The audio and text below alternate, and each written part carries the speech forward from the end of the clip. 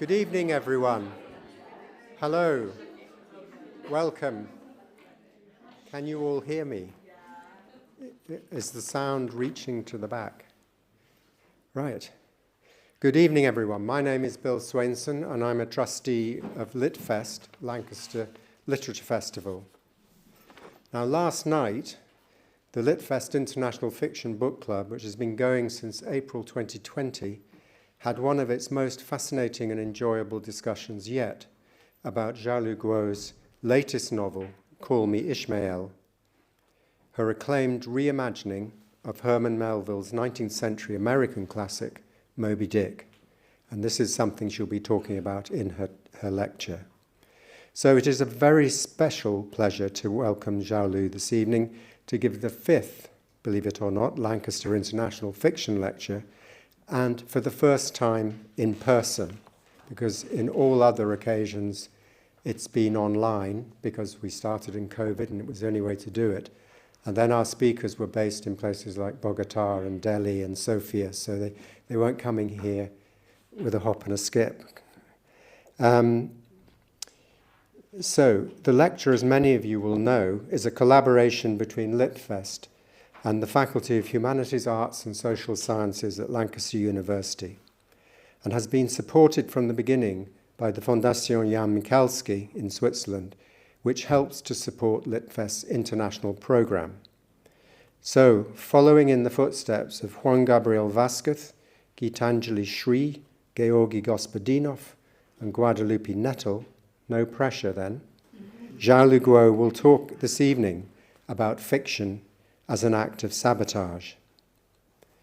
And like its predecessors, the lecture will not only be heard by those of us in the room tonight and those of us at home listening online, but will be published tomorrow in the excellent Chicago-based digital literary magazine Words Without Borders.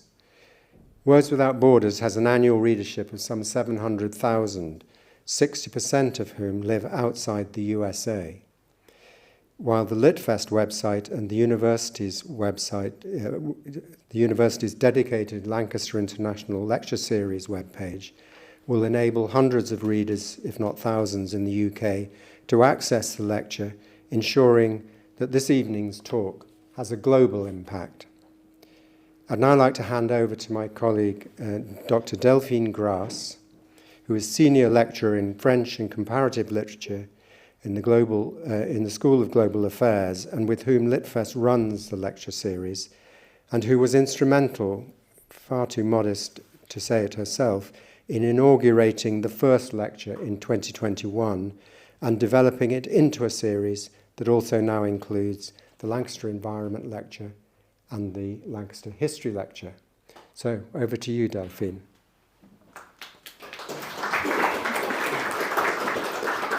Thank you, Bill. So good evening and welcome to everyone here in person and to our online audience. So I'm Delphine Grasse, as Bill said. I'm Senior Lecturer in French and Comparative Literature in the School of Global Affairs at Lancaster University. And I'm here to welcome Xiaolu on behalf of Lancaster University and to thank, again, Bill for his long-standing, and Litfest for their long-standing partnership with the university. As Bill mentioned, the aim of the Litfest Lancaster University partnership and of establishing the international lecture series of which this lecture, the International Fiction Lecture, is part, has been from the start to create a bridge between the city and the university, between the local and the international.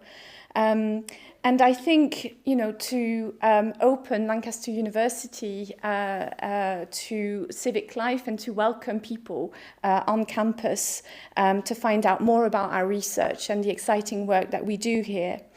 I'm particularly excited to welcome our speaker, Xiaolu Guo, this evening, as her work, I think, exemplifies the spirit of the international lecture, in that her writing bridges worlds, languages, and experiences in such a way that it invites us to reconsider how community, home, and belonging mean in the process.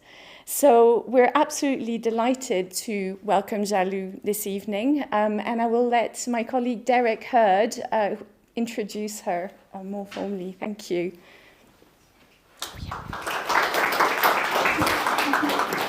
Thank you very much, Delphine. My name is Derek Hurd. I'm a senior lecturer in Chinese studies here at Lancaster University, and it's a huge honour to have this opportunity to welcome and to be in conversation with Xiaolu tonight. And Xiaolu Guo is a Chinese-born British author, filmmaker, and academic, brought up in Shitang, a fishing village on the coast of Zhejiang province, south of Shanghai, facing the East China Sea.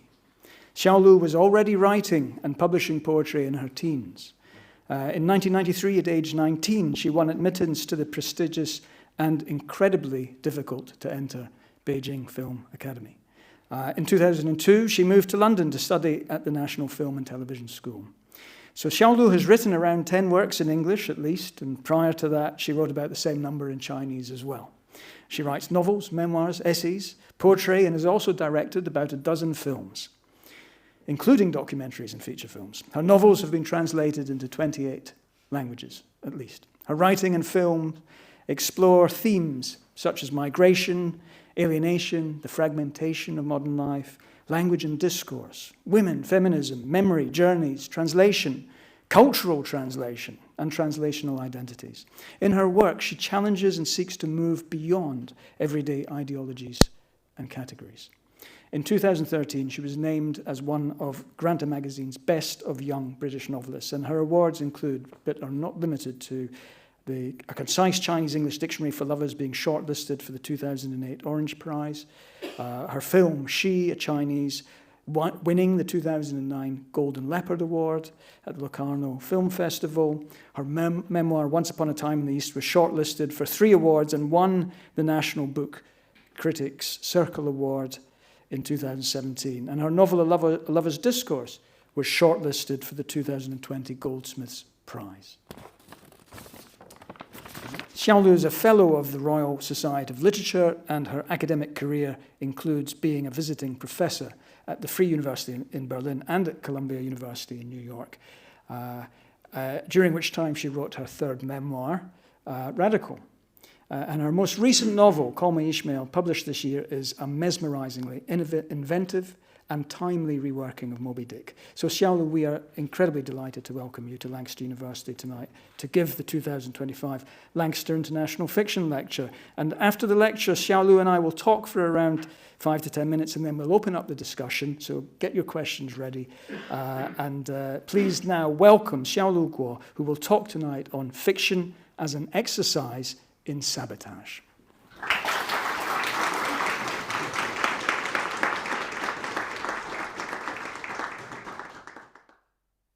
Thank you. Am I audible? Is it good? Okay, thanks.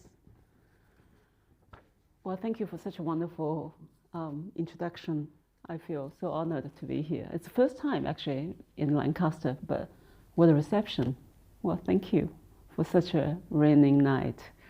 So the essay I'll be reading, well, I can't recite, it's very long, but this is really a much shorter version of the whole essay. The essay will be twice longer than this, but I do hope you will read the real version tomorrow. Is published. Yeah, so this will be kind of giving you a flavor of the essay. And there's a concept, of course, which I wanted to discuss later with Derek. So fiction as an exercise in sabotage. A writer explores the semiotic. An artist works with signs and meanings. And for me, writing is a form of semiotic sabotage. It is full of bold advances and strategic retreats. And above all, it is shot through with deliberate acts of obstructionism. But why sabotage? Why such a violent word which resonates with political struggle and warfare? For a storyteller who switched from one major language to another, semiotic sabotage is a means of disruption and a reinvention. often the method such an author adopts, be she a realist or a postmodernist, involves some degree of linguistic and ideological demolition and reinventing. I'm part of this phenomenon. Having left China for Britain, my writing is a hybrid of Chinese and English linguistic forms by means of which I reimagine the possibilities of narrative. I believe this kind of integration is common among authors coming from a distant elsewhere, say a Vietnamese who has left Asia for France and writes in French, or a Japanese author who has immigrated to America and writes in English. Transnationality is a big word, but for an author and an artist, this concept is practiced all the time when dealing with multiple identities. One my novel, Call Me Ishmael, was published in spring 2025. Many people asked, why did you want to retell Herman Melville's Moby Dick? Why? Well, for me, the question is how. How is the first and the foremost question I've asked myself since leaving the East for the West. How to engage with the Western literature, especially as someone not coming from Christendom or from European traditions. To engage with the Western canon creatively seemed something I had to attempt. Living in Europe for the last 2 decades, I've tried to find ways to narrate from a hybrid standpoint. I want to show the very theme that binds together the 2 materials of which a garment is made. And I want to show that in an interesting way. But can I, someone who spent 30 years writing in pictograms and ideograms, and who inherited the Eastern philosophies, enter an alphabetic language and challenge the Western narratives? I only began to read Western literature in Chinese tradition from the age of 19 or 20. And before that, just Asian literature. I knew vaguely that European literary tradition is one thing, and the Anglophone another. But things have now engaged with the act of writing in English. I give myself a thought experiment. How about I take one particular Anglophone text and I retell the story, infusing it with an opposite angle and introducing into it my knowledge of Eastern traditions? What if I take Melville's Moby Dick, the 19th century's most biblical and male-centric American novel, so I can make of this self-imposed exercise a radical experience, one which would allow me to turn the sails against the new wind, the wind that is blowing from the east. Am I a pompous author who tries to challenge someone like Melville? No, I don't feel that way. Literature is not a sport. Nor do I have this manner of worship towards some beloved classical authors. I'm a believer in Laurent Barthes' idea that the author is myth. The grand singular creative art does not exist, as Barthes pointed out in his 1967 essay, The Death of an Author. Those ancient epics of oral histories, from Egyptian Book of Dead to the Poetic Edda, from I Ching to Beowulf, were written enormously and collectively. At that time, people did not ask obsessively who was the first to create a Greek myth or Maya culture. The collective mind is the creator, and if we have to use that word, creator. In The Death of the Author, Barthes also states that every text is a mix of previous existing texts and cultures. The text precedes the author. And in the same way, we can agree that we are born with languages, and the language precedes us, as Heidegger wrote. What propels my sabotage is the culture chasm.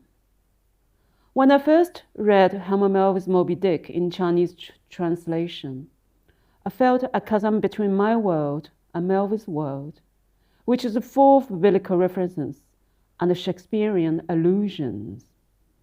And these unfamiliar pretexts confused and troubled me. In the East Asian literary context, Shakespeare and the Bible do not translate as effectively as post-19th century Western literature.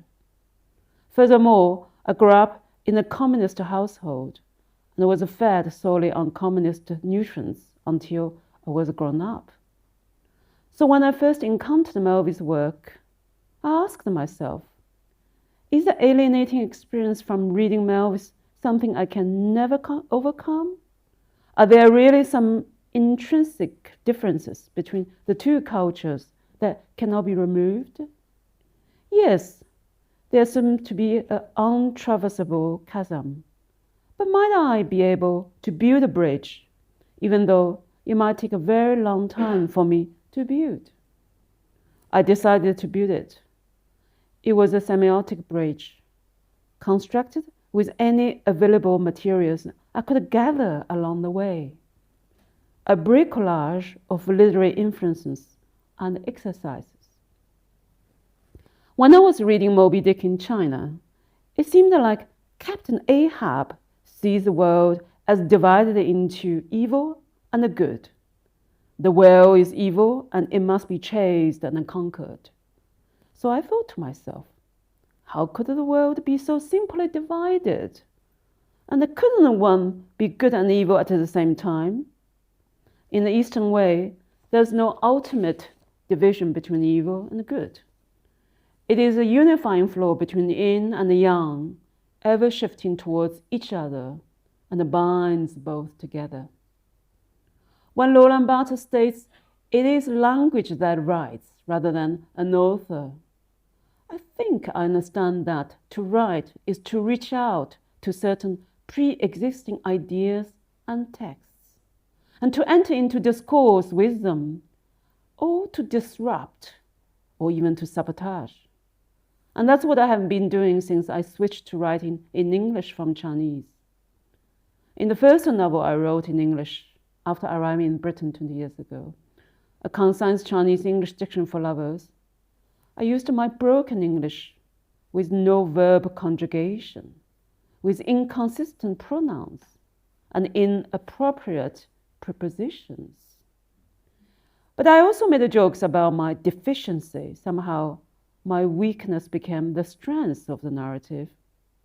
And beyond these linguistic issues, I have played with certain Eastern and Western archetypes and messed around with the idea of self versus collective, freedom versus autocracy.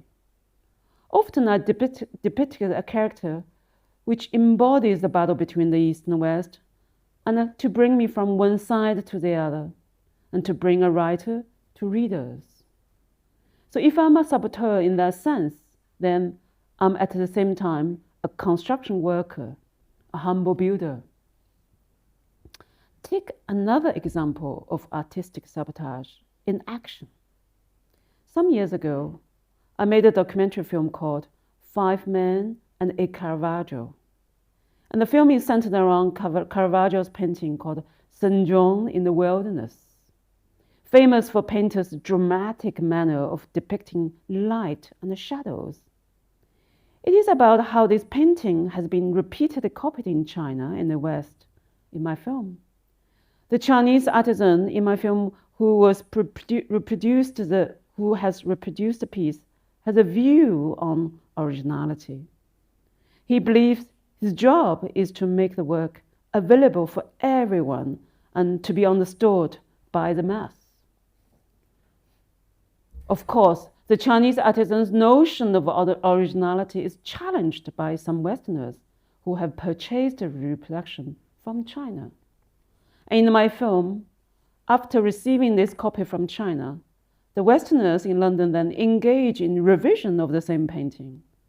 So all these men, 5 men, in different parts of the world, 4 men actually, involve themselves in the same painting and continuously make revisions in order to match the master's original work. I conceived this film after reading Walter Benjamin's essay, The Work of Art in the Age of Mechanical Reproduction. Since my film school years, I've deeply felt the collaborative nature of image making changed the notion of originality, as John Berger has stated in his Ways of Seeing. So when I read The Death of the Author by Barter, I understand what he means when he says that in writing, it is a language that speaks, not the author. And it is important to realize that to write is to reach through a pre-existing impersonality. This is a perfect explanation behind both Borges and Cafiaca's retelling of Don Quixote. To write is to reach out through a pre-existing work. Language is a superstructure, as Noam Chomsky said. It has a universal grammar that is beyond the linguistic difference. Language is a system through which we writers move back and forth, travel within and travel beneath, but never truly beyond. Language is infinitely vast code that cannot be destroyed. It can only be played with. A semiotic sabotage suggests that a certain narrative can be challenged, rewritten, and reconstructed, but it may not be replaced entirely. And the role of fiction, as radical it may be, it is also inherently traditional and sentimental. Therefore, it is deeply humanistic. Fiction is an art of narrative. It comprises ever-changing human stories. It is the Dharma wheel that a Buddhist monk has to constantly turn, or a herd of deer in the wood that a Taoist would follow, wherever that path might take. Human life is spontaneous and risky, and fiction have proved that. And in that sense, all of us are warriors. We are at once saboteurs and builders. We destroy and we create anew. Thank you.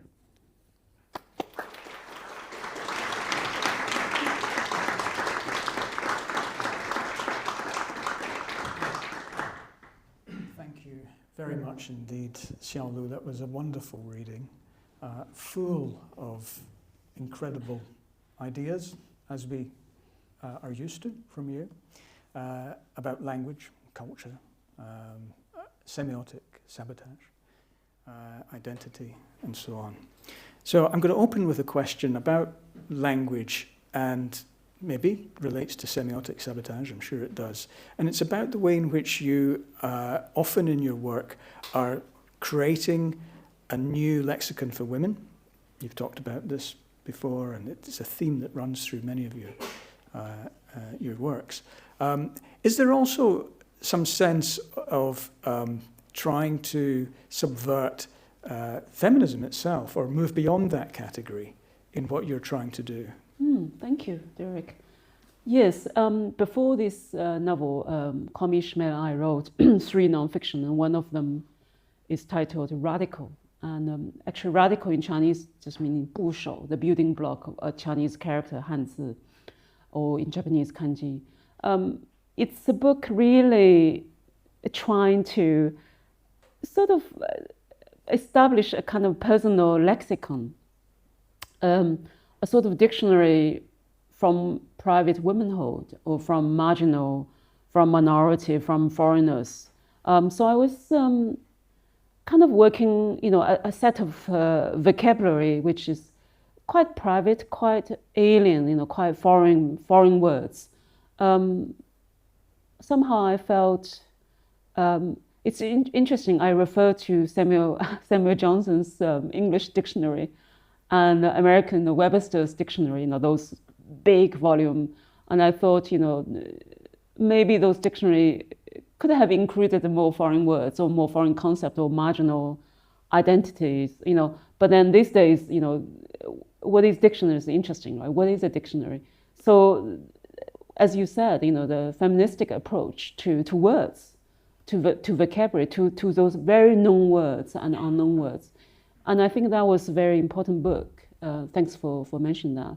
For me to launch myself to a kind of freedom to say, well, now I can forget about those words with accents, words with identities. Somehow I'm going to launch into this super fiction, which is based on Moby Dick, and then launch myself to this incredible imaginative world, which is somehow beyond identities, beyond the genders. Yeah.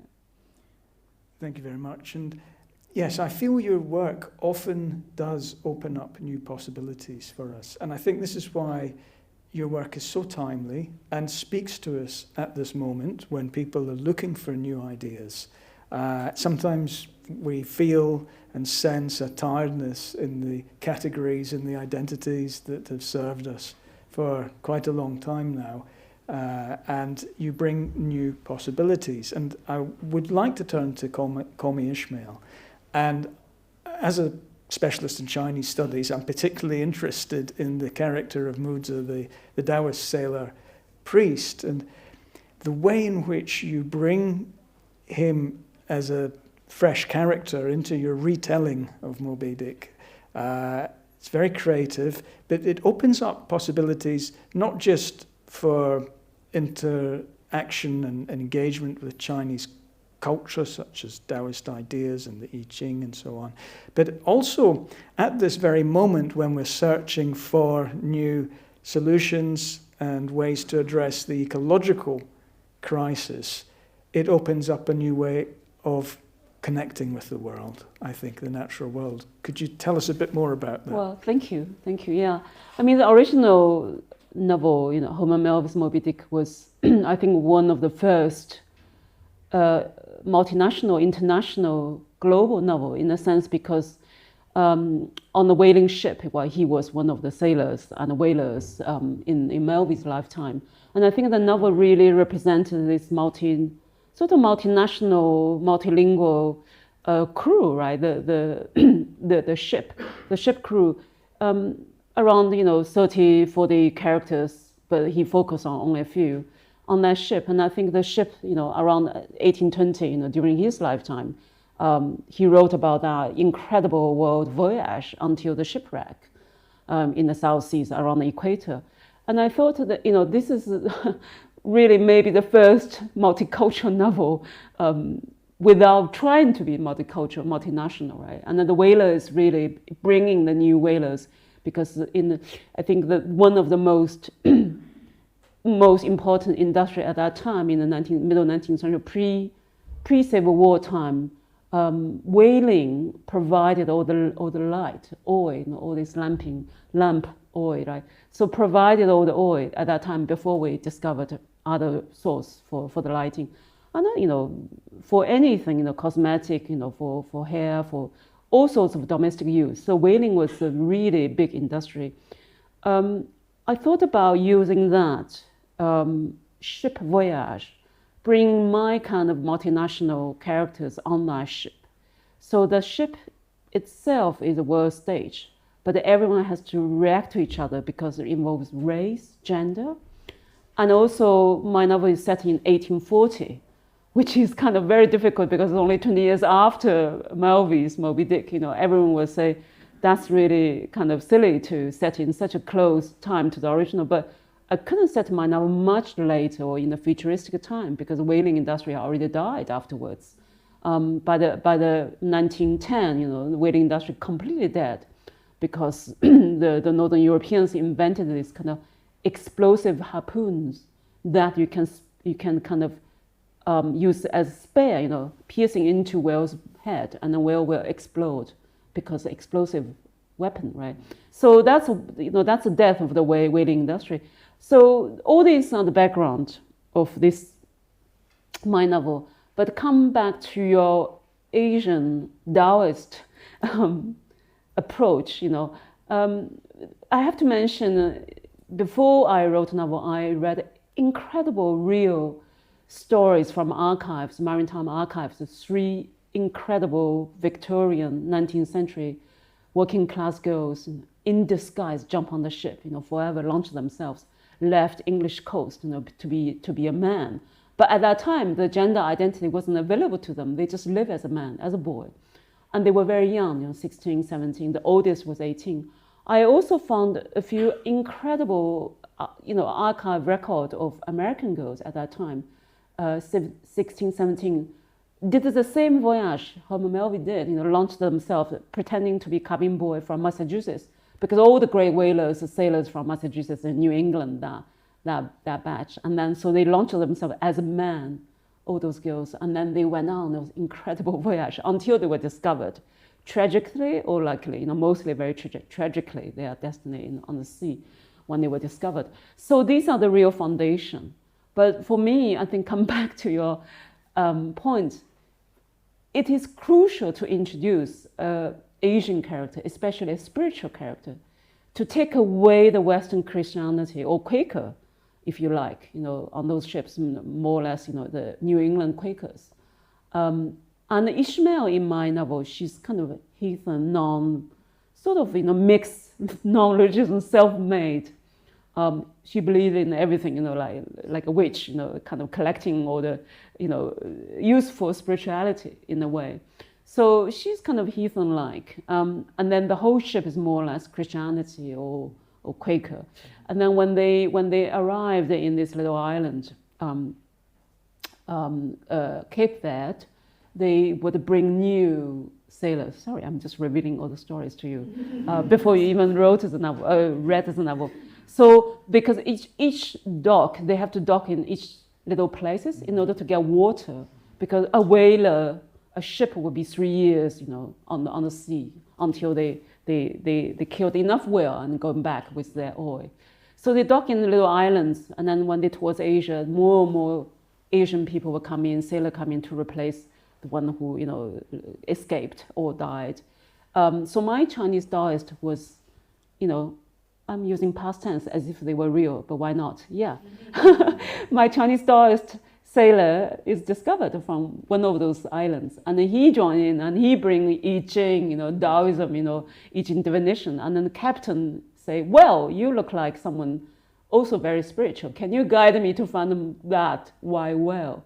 And that's how, I think you jumped to chapter 9 or 10, and I think if you have patience, yeah, it takes some chapters to get there, and then they become very real. It's a novel, that's a novel I really want to write. But in order to bring that Asiatic voyage to your reading, I had to write the first 9 chapters to take this girl, teenage girl, away from Dungeness, from Kent coast, away from sad, muddy, windy, salty sea, to New York, to Massachusetts, and then to the whaling ship, and then to Cape Town, and to India Ocean, and eventually getting to the South Sea, through Asia to South Sea. So it's, Derek, your asked question really went through the whole global map. Well, you've answered it fully and very well, and I want to finish my questions to you with a question that relates to what you've just said, which is the scope of the book. It's a big book, right? And many chapters, huge ambition. It seems to me this is a bit of a departure from the style of your previous work. It's historical fiction. So could you say a bit about the process of writing it? Yeah, it is such a strange attempt for me. I think I read this was a shortened essay before, 10 minutes ago. It sort of intellectually sums up my a way to enter Western canon in a more fun and nuanced way, rather than recreating a pseudo brand new history fiction, because I don't really believe there's a brand new history to be told. Okay, maybe some histories less known, but the others, more mainstream known. But we are human, we're sharing the same misery and the joy and the beauty and the violence of the history. So I thought about how to somehow pull the elements together, but use a very known classic work. This essay, I didn't read through the whole thing, which I hope you will have time, read online. I mentioned a lot about Bronte sisters, Jane Austen's. I mentioned how those classics actually been rewritten many times from African point of view, from Caribbean point of view, from other, characters' point of view. And this is interesting, the question of originality, or the question of who we are. How do we engage with that identity or that character, how that identity can translate or not able to translate to my background. So I guess I answer you in a very sort of vague and elusive way. I didn't think I was writing a historical fiction at all. I was so taken by, I have to say something really kind of strange. I was reading really meticulously of Charles Darwin's The Voyage of the Beagle. I have to say, Herman Melville's Moby Dick, of course, that's the foundation, right?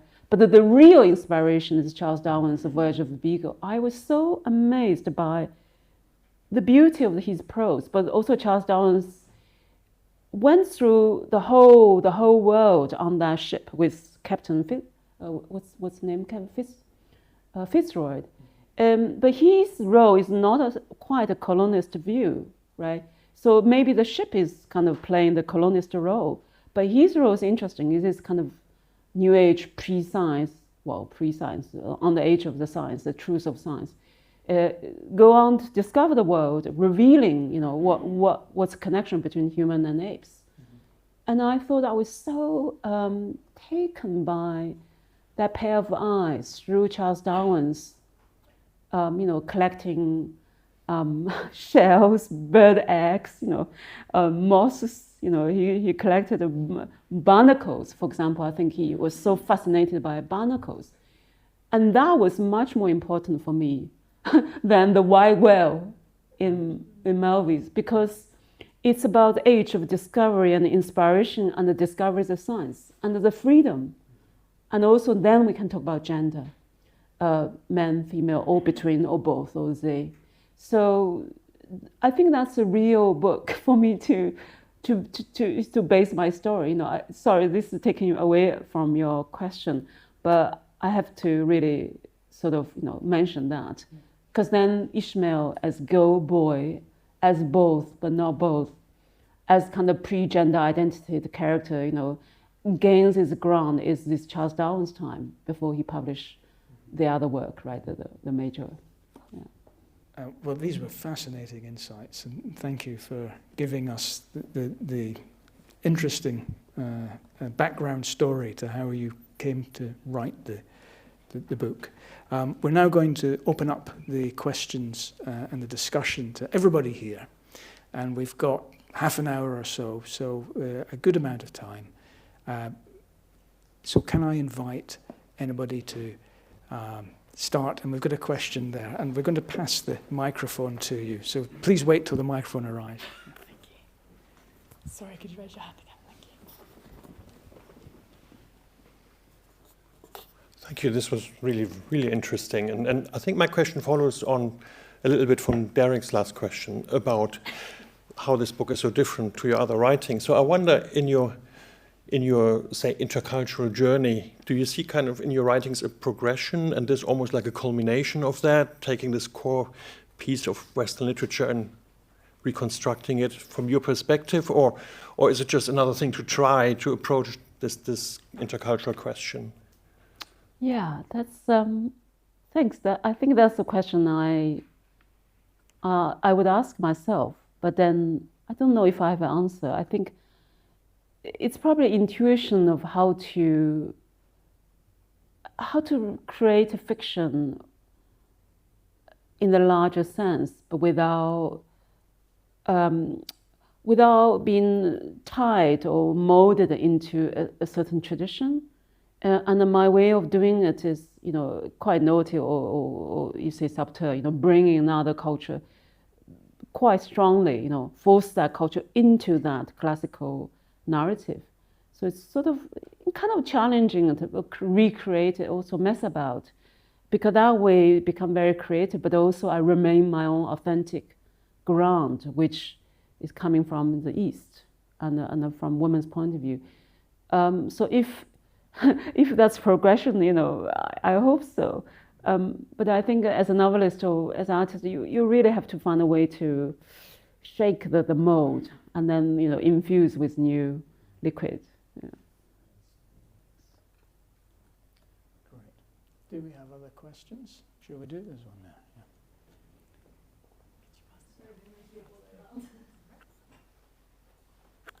Thank you. You mentioned the sort of transition between Eastern and Western literature and discussion of gender and feminism. Do you find you have to focus on different aspects of those to talk to Eastern and Western audiences, or is it the same kind of concepts for each? Yeah, great questions. Yes. I think these questions probably would be more on the front when I write nonfiction. But with fiction it's very difficult to really discuss it because you have to be quite subtle, very storytelling, very kind of seductive with characteristic description of progression of stories.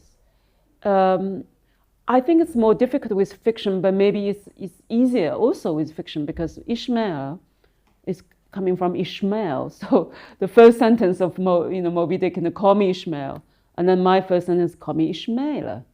And that, that's not only playfulness. That's the way I conceived her. Is she Ishmael or Ishmael? So the first 9 chapters, she lives as Ishmael. And after 9 chapters, she became Ishmael. She becomes Ishmael because she's discovered as a woman. But all this is very complex, how I embody her tension as a man and then later on become herself again. But when you become woman on a ship, actually it's not maybe freedom at all. Maybe she missed her male life, right? But can she live both male life and the female life? Can she?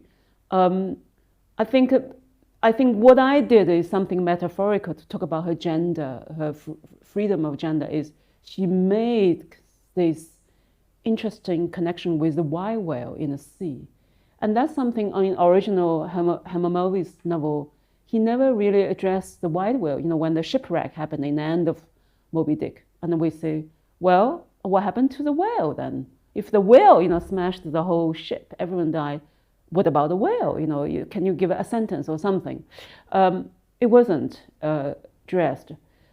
So in my retelling, I thought, well, the white whale has to be a real character, and it should be beyond male or female.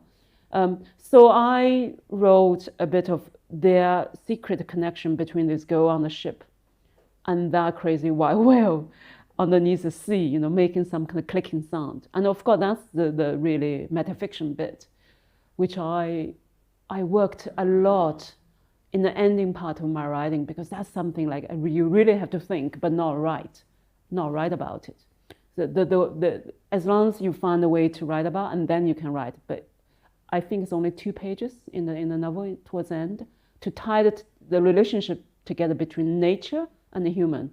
And in this case, nature is the white whale and the human is Ishmael. And she was Ishmael before. So the human-nature relationship is done in that way. So it's sort of beyond the gender. Nature is bigger than any gender in a way. Yeah. Great. We've got a question down here.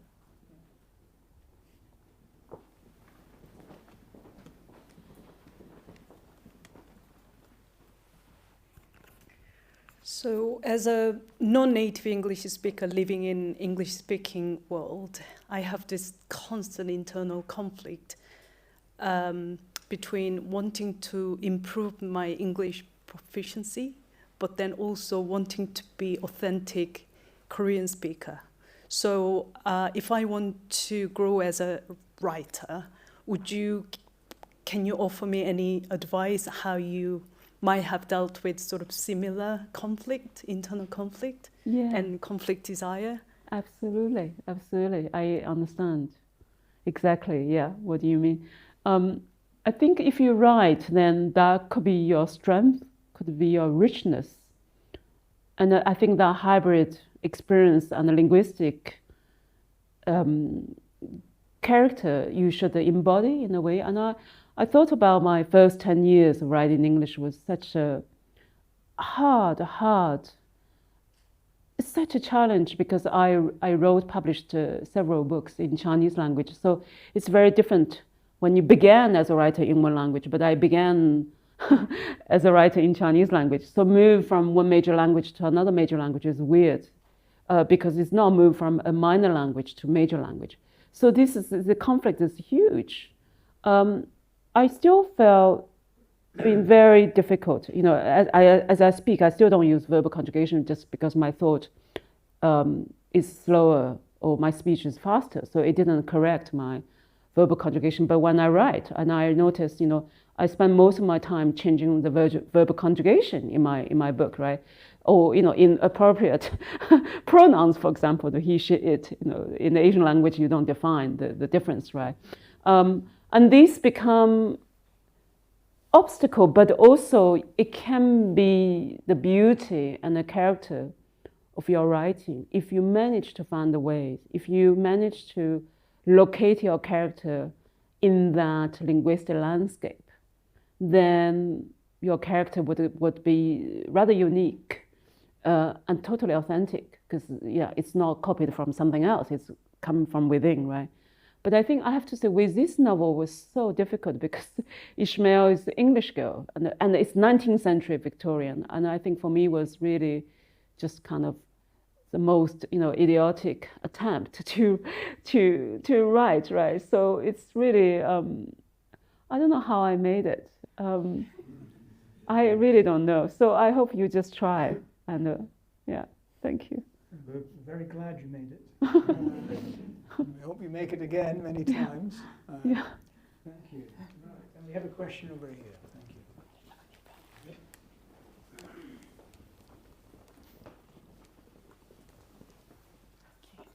Thank you. I'm not sure how I follow that, but I was really interested in your switch from writing in pictograms and characters to switching to writing in the Western alphabet.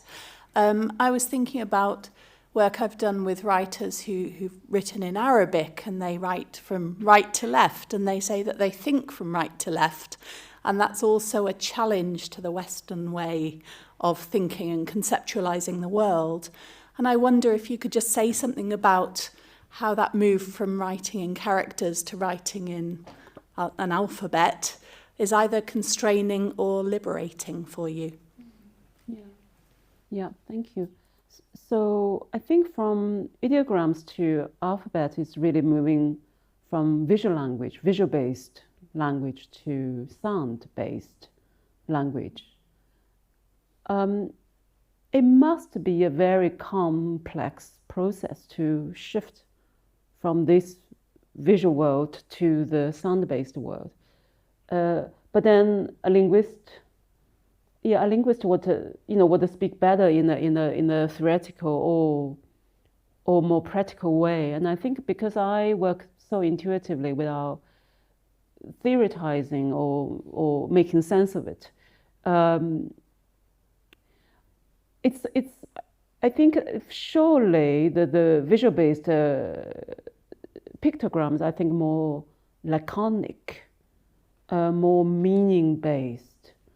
More, I can't say that, but then that's been very kind of provincial or nationalistic about one language other than the other language, because I think because you rooted from one language doesn't mean the other language is not as marvelously wonderful as it is. So, but the alphabetic languages, go back to Greek, to the roots of Greek and the Latin. So radical is radis in Greek, right? Radis, R-A-D-I-X, and there's the roots of things, the roots of words. In that sense, it's very, very connected. But I do think probably the way of narrating a story is quite different. But then again, it is so kind of embedded in the religious and the political and the cultural history that I can't be so simplified or reductionist talking about one culture than the other culture. I think it's amazing we are able to shift, to translate ourselves, right? And I guess maybe your question is really about translating the self. If we speak Arabic and then we translate into English or Korean to English, it's about the ability to translate the self. The self is a culture, historical legacy we embodied rather than language. Language is just a tool.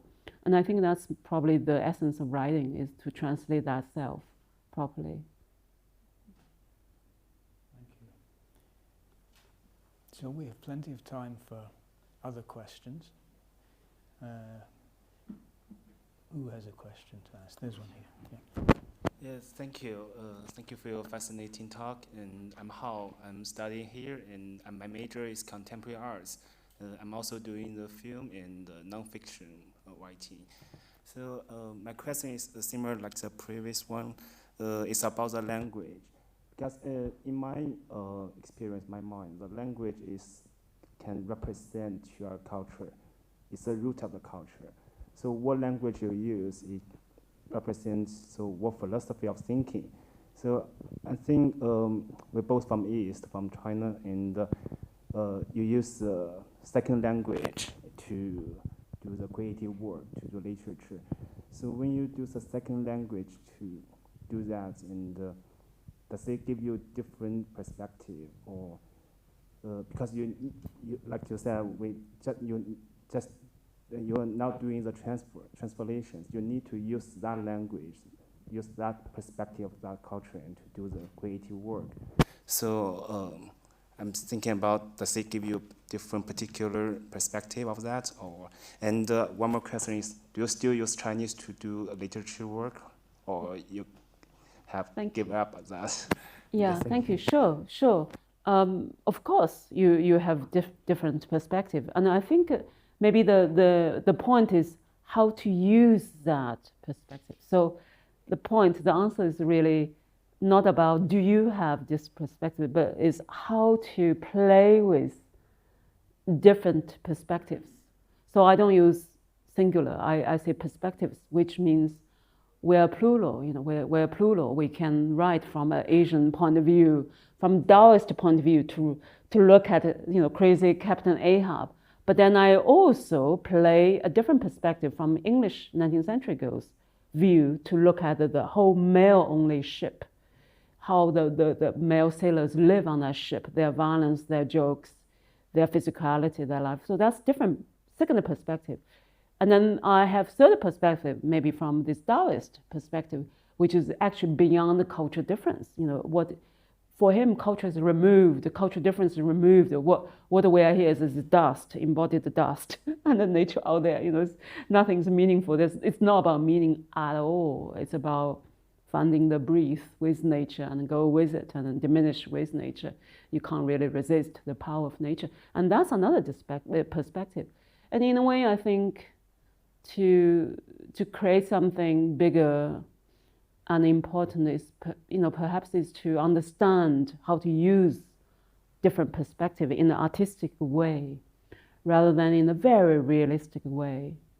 And I think that will bring you out, more artistic expression, and that would, I think, empower you to work with film or literature, because then you're rendering the story, the narrative, in much higher level rather than just our memoir level. So, and you mentioned the filmmaking. I think that's interesting. I wish, literature is more immediate, visually immediate. This impact. Because I studied film and making film all my life, and I know, when you show a film, you don't need to be very sophisticated in a way, because the visual has its immediate power. It translates itself immediately while literature, you really have to understand those references. If it's not very narrative, you have to really try, to go with intellectual kind of suggestions, and which is very difficult. So that language, visual language in cinema is amazing. That's why it's more modern, right? But as I said, to understand the nature of language and the perspectives, I think what allow us to create much rich work, or allow us to become a better writer or better artist.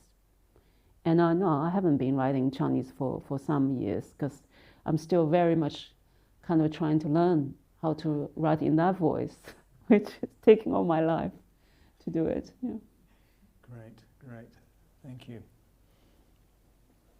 And other questions, thoughts, comments, reactions to But perhaps? Thanks very much, everyone, for tonight. Yeah, well, if that is the final question, then I shall now hand over to Bill. Well, before I go to the formal thanks, there are a couple of things I want to say about Litfest and our relationship with the university. These lectures, the history, the environment lecture, the international fiction lecture, and whatever else we may dream up in the future, have been made possible because of the support of the university and Litfest's enthusiasm for creating platforms and bridges. So that's the first thing to say. The second is that Litfest is a charity. That means it's a not-for-profit, and its aims are to champion reading, literature, writing, illustration, and discussion of ideas. And every penny we earn goes into that aim. So for tonight's occasion, this being a lecture at the university, we are very happy to make it free, but the work that we do doesn't work without some money to oil the wheels. So on the way out, our volunteers will be collecting boxes or buckets. So please put something quietly rustling into the box on the way out, and that will help us to continue the work that we're doing. Thank you to our audience here. Thank you to the audience online. Thank you to our audiences yet to come in Chicago and elsewhere. And thank you to our two speakers, particularly to Xiaolu, but also to Derek Hurd, who's proved to be a very informed and interested moderator. So thank you both.